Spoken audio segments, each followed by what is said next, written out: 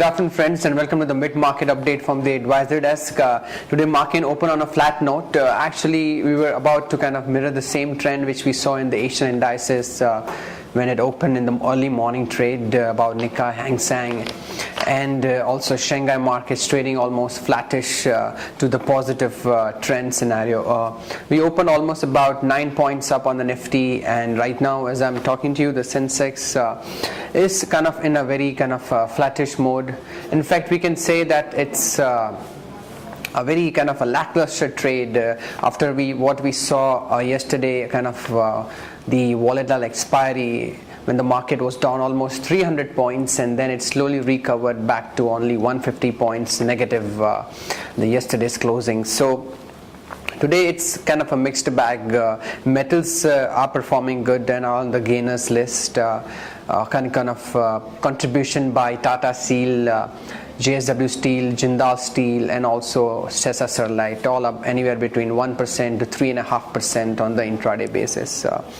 Kind of PNB just came out with the results, and it was better than the analyst estimates. It reported kind of at a 42% kind of a growth. So more or less the best part was the asset quality of the bank has improved a lot kind of on a quarter-on-quarter sequential basis. So that will kind of lead a kind of re-rating in a stock by some of the analysts.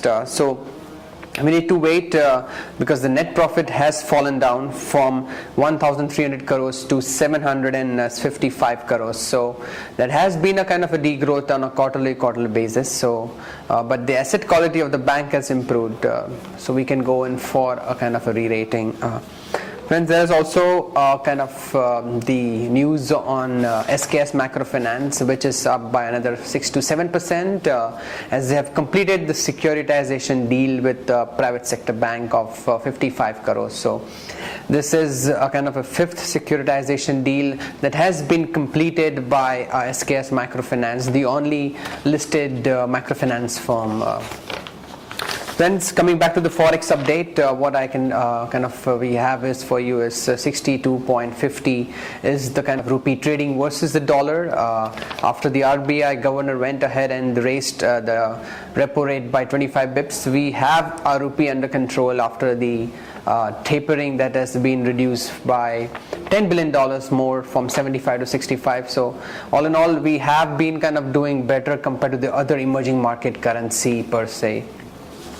Friends, we also have other companies that are going to announce the results are IDFC, we have OBC, we have Union Bank, Ken Bank, we also have Delta Corp, Alstom TND. So there are a couple of kind of results lined up today, tomorrow, and the next week, which will decide the course of the stock and the market. That's all the news and updates we have. We'll get back to you more in post-market. Thanks.